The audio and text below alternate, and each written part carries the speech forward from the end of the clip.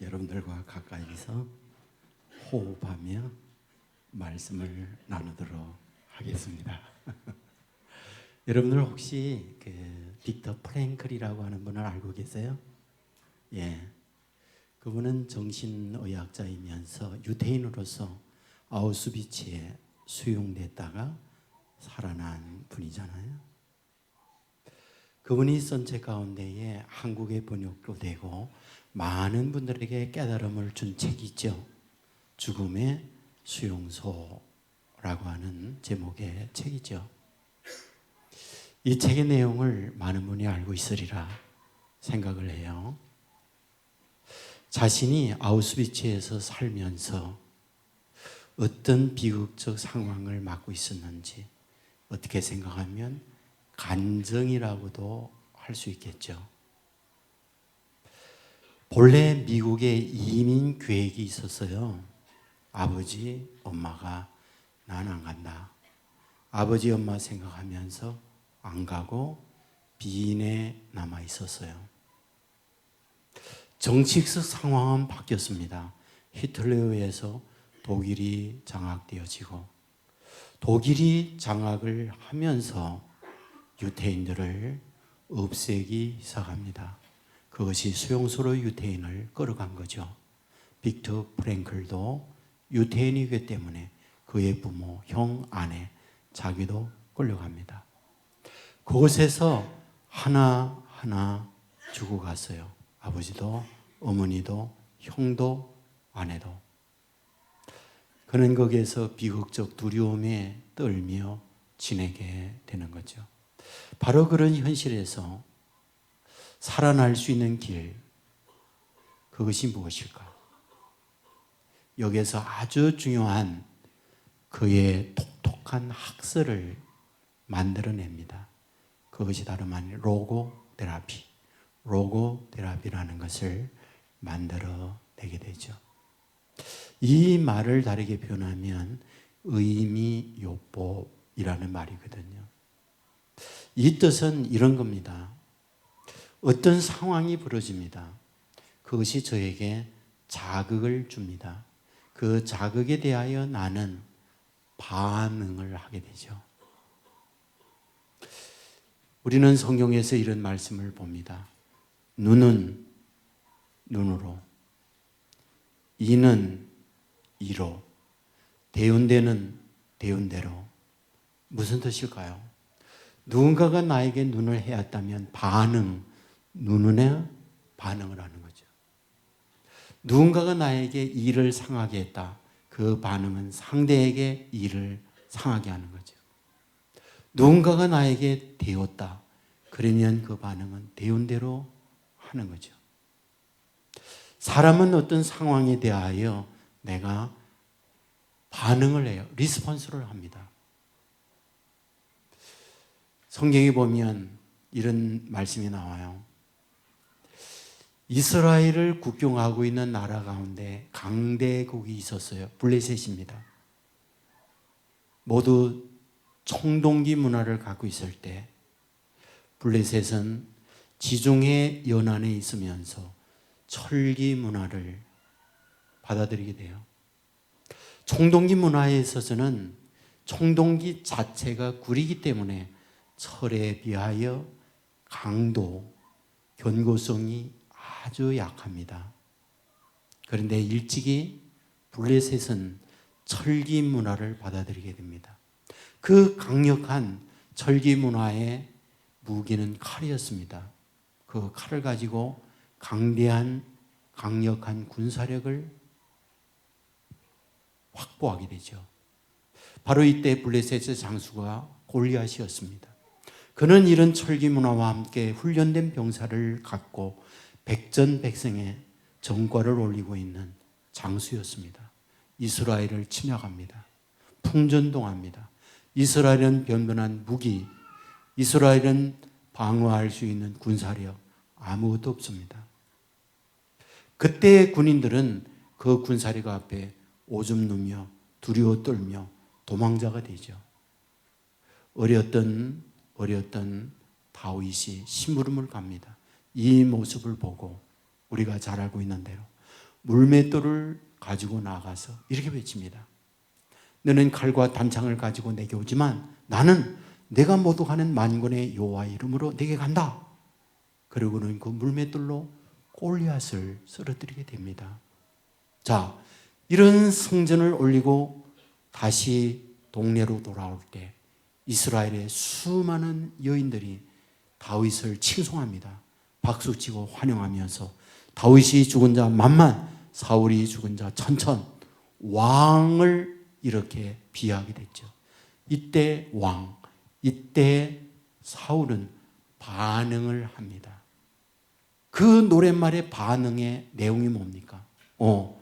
저놈이 나보다 높아지네. 저놈이 다음에 노릴 것은 내 왕이 자리잖아. 그리고 이에 대한 반응이 뭡니까?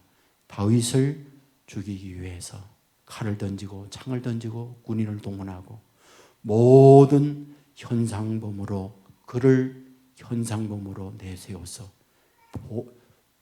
현상을 줄 테니 그를 죽이라고 명령을 내렸던 거죠. 여러분, 이러한 행동 무엇입니까? 바로 나보다 높아짐에 대하여 이에 대한 반응의 표현이 이런 사울의 모습이었던 거죠.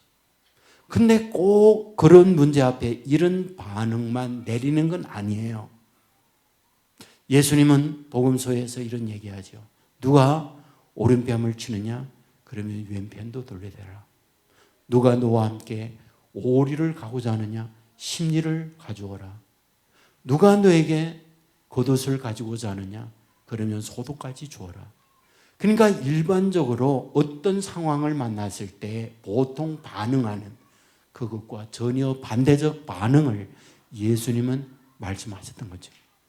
자, 그런 가운데 우리는 욥을 한번 생각해 볼 수 있어요. 욥에 대해서 우리가 너무나 잘 알고 있습니다. 그는 어마어마한 부자였습니다. 보통의 부자가 아니라 거대한 재벌 그룹의 부자입니다. 그런데 그 모든 재벌의 엄청난 재산을 1진, 2진, 3진의 강로들에 의해서 모두 다 잃게 됩니다. 이런 재산적 손해만 있는 게 아니라 10남매 자녀가 있었습니다. 다복했습니다. 행복했습니다. 큰 집에서 함께 즐거워하며 잔치하고 있을 때 태풍이 불면서 집이 무너져 내립니다. 10남매 모두가 죽음을 맞게 됩니다.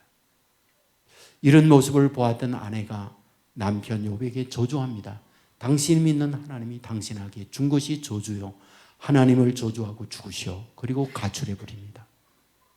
친구들이 이 소식을 듣고 욥에게 위로하기 위하여 위문을 오게 됩니다. 현장을 보았더니 소문보다 더 상황은 비참합니다. 이때에 친구들이 이렇게 말하죠.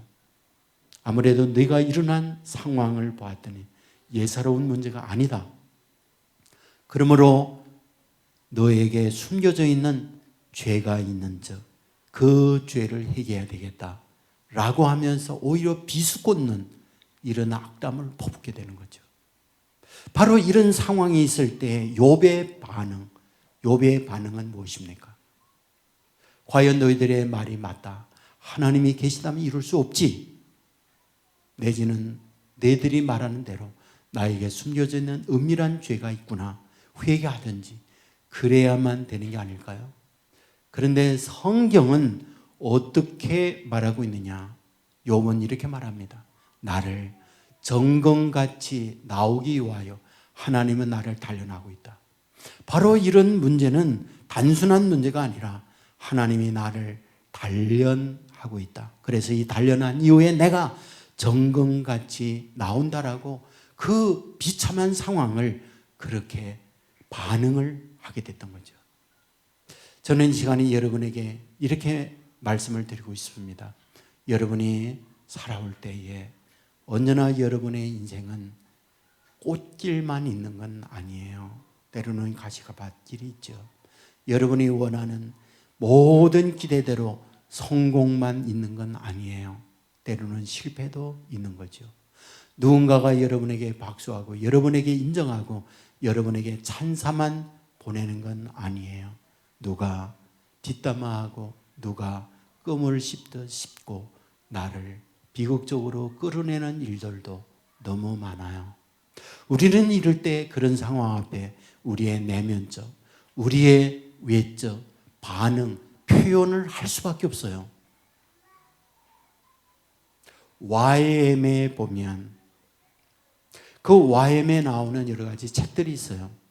그 책들 가운데 내면적 문제를 다루고 있는 그런 책들도 많이 있습니다.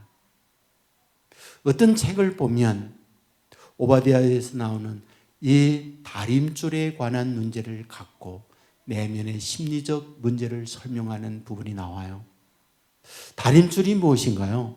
그것은 수직을 재는 그런 기구죠. 아래 줄을 갖고 줄을 대서 이 수직 바르게 서 있는지 그것을 보는 것, 그게 다림줄이죠. 근데 그 다림줄이 좌우로 그 추가 움직일 수 있어요. 그것이 내 내면으로 움직일 수 있고 외면으로 움직일 수도 있어요. 내면으로 그것이 움직인다고 할 때 어떤 내 안에 증상이 나타날까? 그것은 자학이에요. 스스로 자기를 치는 거예요. 나는 무능해. 너희들이 말한 대로 나는 열등해. 부모가 잘났어. 내 스스로가 경쟁에 있어서 앞서가는 게 있어. 그렇다고 자랑스럽게 내 외모가 따라주기래. 나는 아무것도 아니야. 내 인생은 비극이야. 그럴 때의 반응이 뭡니까? 열등이에요. 반응이 뭡니까? 때로는 그 한계를 넘어서면 스스로 자기의 생명을 거두고 싶은 그런 반응이 나타날 수 있어요. 그런데 그 추가 밖으로 움직일 수 있다는 거예요. 밖으로 움직이는 추가 되었을 때 어떤 반응이 나타날까? 그것은 공격적이라는 거예요. 상대의 비난을 화살을 쏘는, 그리하여 관계가 악화된, 그래서 원만한 삶을 살지 못하는 그런 사람이 될 수 있다는 거예요. 자, 그렇다면 우리가 나 자신도 그렇고 너도 그렇고 나의 어떤 문제를 만날 때 반응을 통하여 좋은 인생을 살아가기를 원한다면 어떤 반응을 해야 할 것인가 라는 거죠.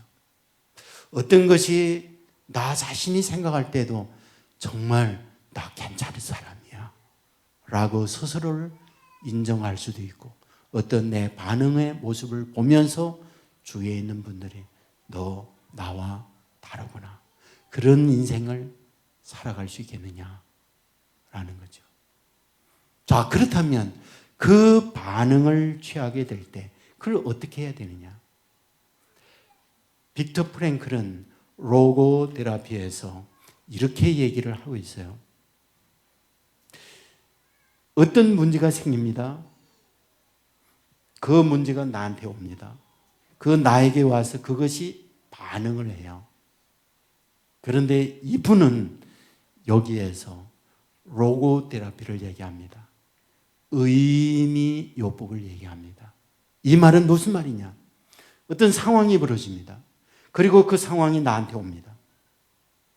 그런데 그 문제가 내 안으로 다가올 때 그 문제에 대하여 의미를 부여하는 거라는 거예요. 의미를 부여하는 거라는 거예요. 의미를 부여할 때에 의미를 어떤 방법으로 부여하게 되느냐라는 거예요. 어떤 방법으로 그 의미를 부여하느냐는 거예요. 그런데 많은 경우는 내 가치, 내 위치, 내 형편에 따라 의미를 부여한다는 거죠. 다시 말하면 나 손해보잖아. 나 무시당하잖아. 나 초라한 존재가 되잖아 라고 그 문제에 대하여 내 입장에서 그것을 의미를 부여한다는 거예요. 보통은 그렇다는 거죠.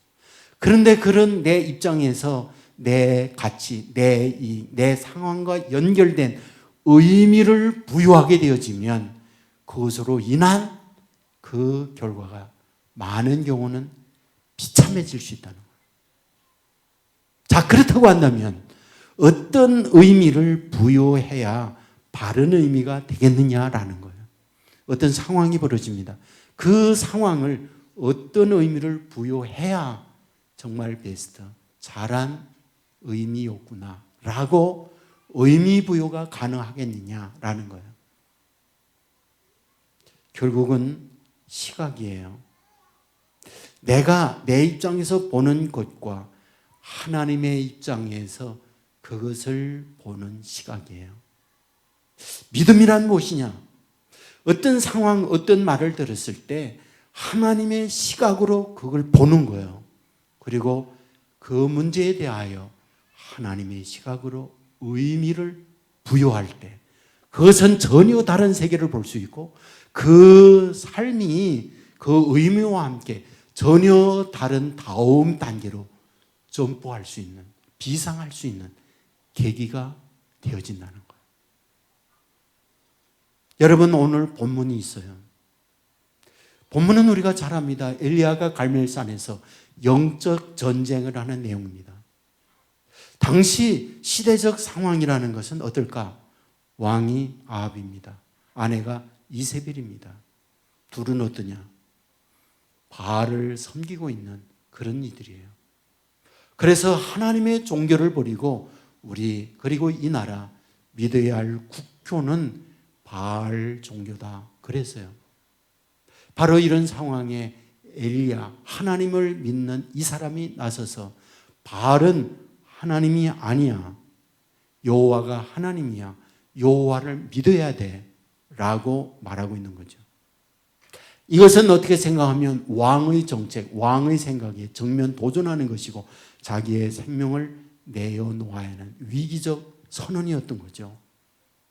엘리야는 담대하게 외칩니다. 갈멜산에서 바알이 하나님인지 내가 믿는 여호와가 하나님인지 영적 대결을 하자고 해요. 여러분, 바알과 아세라 선지자 850명이 갈멜산에 옵니다. 그리고 엘리야는 혈혈단신 자기 혼자 그곳에 갑니다. 그리고 대결을 할 때 대결의 방법이 무엇입니까? 송아지 2마리를 잡고 나무를 쌓아 올리고 그곳에 송아지 제물을 올려놓게 되죠.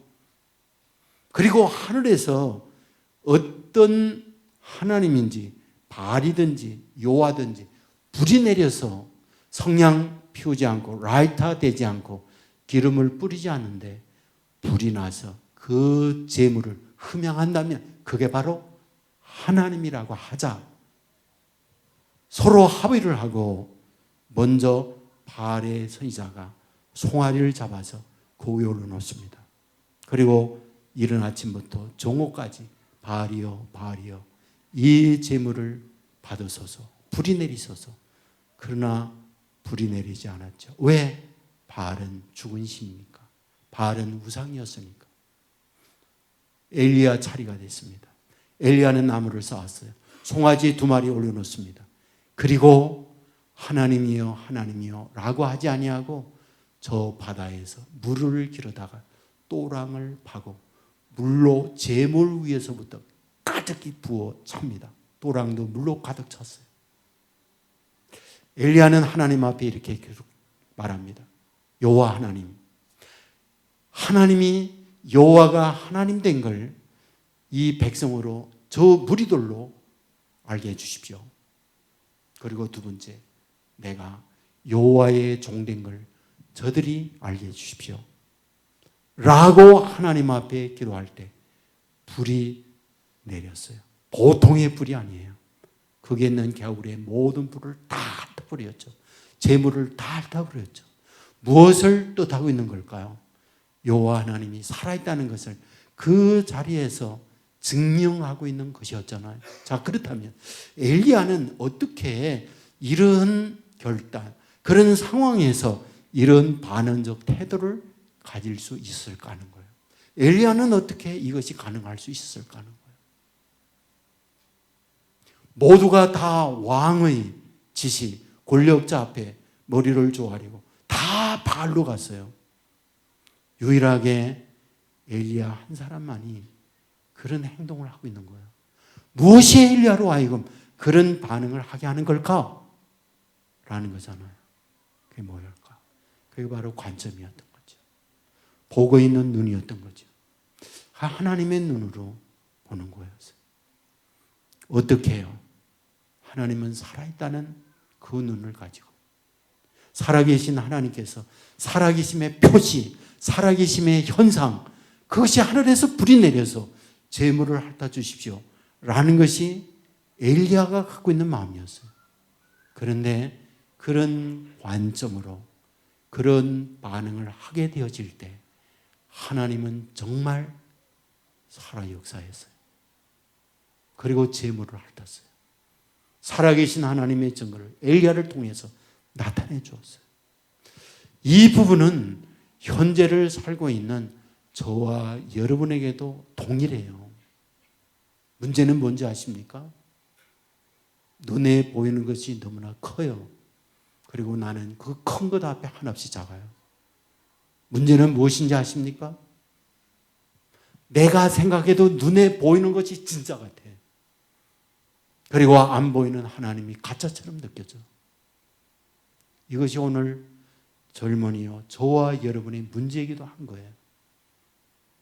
이것은 끊임없는 역사의 반복적 우리 믿음의 사람의 도전이었어요.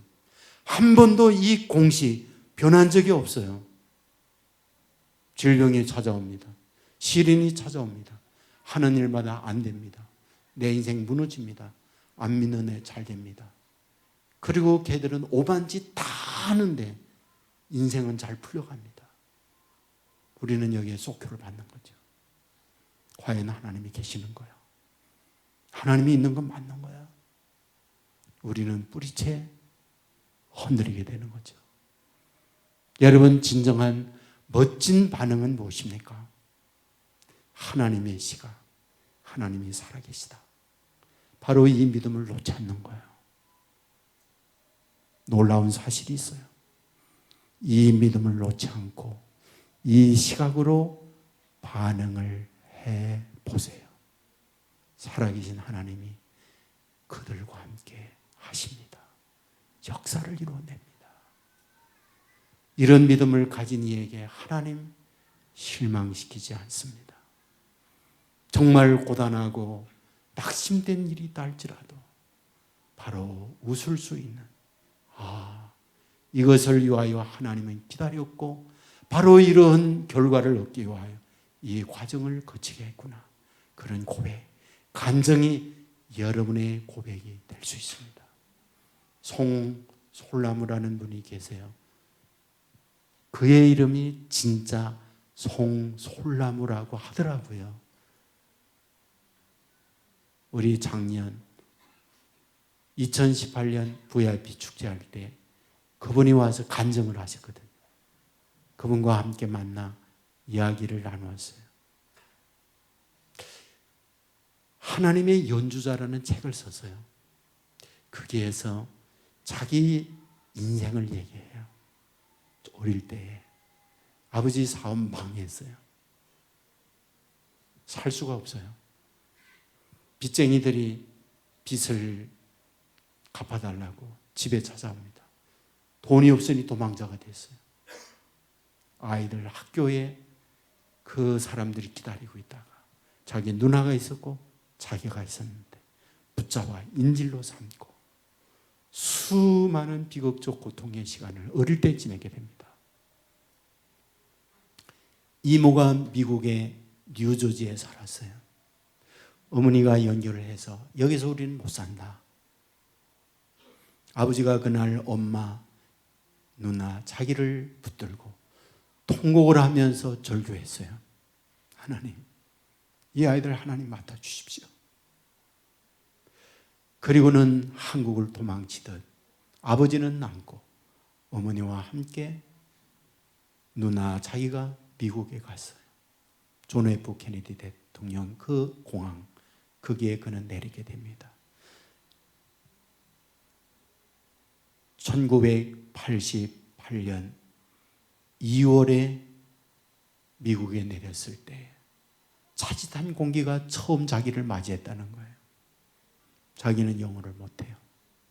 학교에 갔을 때 영어 못한다고 따돌림을 받았어요. 눈이 찢어졌다고 아이들에게 조롱을 당했어요. 가난했던 어머니 도시락을 점심을 사 먹을 수 없으니까 도시락을 싸주었어요. 도시락을 학교에 가서 먹으려 하면 아이들이 그곳에 우유를 붓고 아이를 찌르고 괴롭힙니다. 송솔나무는 정말 비극의 인생을 살았다고는 말하고 있어요. 살고 싶지 않았다. 죽고 싶었다. 왜 나를 이곳에 보내서 이 지경이 되게 하느냐고 날마다 죽음을 한없이 생각하면서 보냈다고 그는 얘기하고 있어요. 자기가 유일하게 피할 수 있는 곳, 그것은 화장실이었다고 얘기하더라고요. 거기만이 자기 혼자였다고. 용면을 보고 싶지 않지만 늘 화장실에 들어가서 울었다고. 그날도 화장실에 가서 그렇게 우는데 나를 왜 이렇게 죽을 지경으로 내모느냐고 우는데 하나님의 음성이 비몽사몽 안에 들리더라는 거예요. 내가 너와 함께 한다. 내가 내 친구라고. 너에게 내 친구가 없지만 내가 내 친구라고. 그런 음성이 들리더라는 거예요. 그날 그는 거기에서 그렇게 많이 울었다고 해요.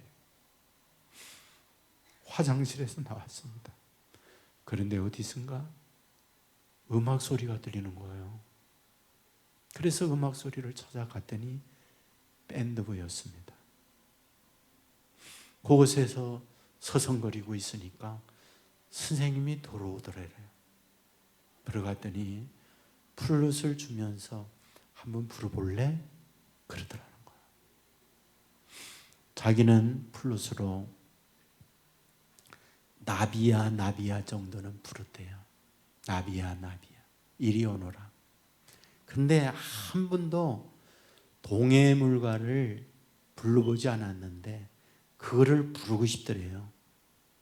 그래서 플룻을 가지고 동해물가 백두산이를 불렀어요. 그런데 선생님이 그러더래요. 너 내일부터 이 밴드부에 와라. 그래서 그는 밴드부에 들어가게 됩니다. 누나는 그 유명한 줄리아드에 피아노를 전공하면서 갔어요. 어느 날 어머님에게 말했답니다. 나도 엄마 줄리아드 가고 싶어. 어머님은 발짝 뜁니다. 여러분 음악하는 분 있죠? 음악하면 어떻습니까? 집안의 기둥이 서서히 무너져 내린다고 그러잖아요. 음악은 어마어마한 돈을 투자해야 돼요. 그래서 서서히 기둥이 무너져 내린다는 게 음악을 지원하는 부모가 저에게 해준 말이에요. 엄청난 돈이 투자하는 거예요. 돈이 어디 있습니까? 망해서 간 그곳에. 무슨 소리 하는 거니? 넌 절대 안 된다. 송솔나무는 어머님에게 사정했답니다. 그냥 시험 삼아 시험을 한번 볼 테니까 저에게 한번 기회를 달라고. 뉴저지가 집이었어요. 맨하탄이 줄리아드입니다. 혼자서 맨하탄까지 가서 누구도 도와주지 않았어요. 자기 순서가 돼서 플룻을 불었어요. 5분에 정해진 곡을 불렀습니다. 교수들이 박수했어요. 그리고 집어보냈습니다. 근데 일주일 만에 줄리아드로부터 편지가 왔어요. 그것을 본 가족은 떨어졌다는 통보이겠지. 뜯어보았더니 합격에 보통 합격이 아니라 전액 장학금을 주는 합격 통지였어요. 그는 줄리아드에 갔습니다. 그리고 공부를 했습니다. 그는 한국에 와서 방송이나 영화곡에 플룻을 불 때에 수많은 정말 심금을 울리는 연주자가 된 거죠. 그는 얘기하죠. 나는 하나님의 연주자입니다. 나를 연주하는 게 아니에요. 하나님을 연주하는 하나님의 연주자입니다. 그 얘기를 해요. 그의 인생이 어떻게 바뀌었을까? 그는 수없이 일어나는 일들에 대한 반응과 해석이었거든요. 인간의 생각으로 보면 그는 좌절이었어요. 길이 없죠. 근데 화장실에 가서 혼자 울면서 하는 게 뭐겠어요? 하나님, 내 인생이 뭡니까? 내 인생이 뭡니까? 그런 하나님을 향하여 갖고 있는 그 마음에 하나님은 보았던 거죠. 하나님은 찾아왔던 거죠. 하나님은 그와 함께한 거죠. 하나님은 그의 편에 서서 그런 마음으로 문제를 반응하고 풀어줘 가려고 할 때에 그와 동행했고 오늘의 송솔나무를 잇도록 만든 거죠. 말씀을 정리하겠습니다. 저와 여러분에게도 크고 작은 일 만납니다. 좋은 일만 있으면 얼마나 좋아. 웃은 일만 있으면 얼마나 기뻐. 그러나 인생은 그렇지 않아. 눈물 나는 일이 더 많아. 좌절하고 삶의 끈을 놓고 싶은 때도 한두 번이 아니야. 여러분만 그런 게 아니야. 여러분의 아빠 엄마도 그랬고 저도 그랬고 누구나 세상에 태어나 산다는 건 다 그런 거예요. 문제는 그런 일을 만날 때 내가 어떻게 반응하느냐는 거예요. 내 시각으로 그것을 보고 반응하면 이는 이, 눈은 눈, 대운대는 대운대로 반응하는 거예요. 그런데 그걸 하나님의 시각으로 하나님이 왜 나에게 이렇게 된 거지? 욥이 말했잖아. 나를 단련한 이후에 하나님은 나를 천국같이 나오기 위해서 그렇습니다. 자기의 겪는 그 절망을 이렇게 반응을 하는 거예요. 놀라운 일이 있잖아요. 하나님이 때가 되어지니까 그러한 시각으로 반응하는 이욥에게 갑절의 복으로 찾아왔던 걸 우리는 잘 알고 있잖아요. 저는 이런 원리가 우리도 똑같아요. 똑같아요. 여러분이 처해 현재의 문제가 더 중요할 수 있죠. 그러나 더 중요한 것은 그 문제에 대하여 내가 어떻게 해석하느냐는 거예요. 어떻게 반응하느냐는 거예요. 그 이유가 내 인생에 더 꽃이 피울 수 있고 꽃이 떨어져 좌절할 수도 있는 그런 길이 있는 거예요. 하나님의 시각으로 주어져 있는 어떤 일이든지 반응을 하고 해석해내므로 그 이유가 여러분 안에 더 멋지게 기다리고 있는 주님께서 여러분과 함께함으로 복된 미래로 열려져 가는 우리 젊은이 여러분 모두가 될 수 있기를 주의 이름으로 축원합니다. 우리 한번 나같이 눈을 감으시기 바랍니다.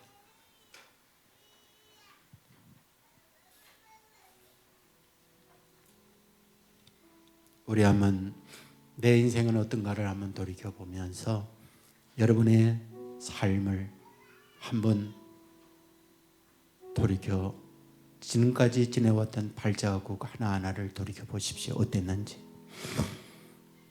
자랑인 분들도 있죠.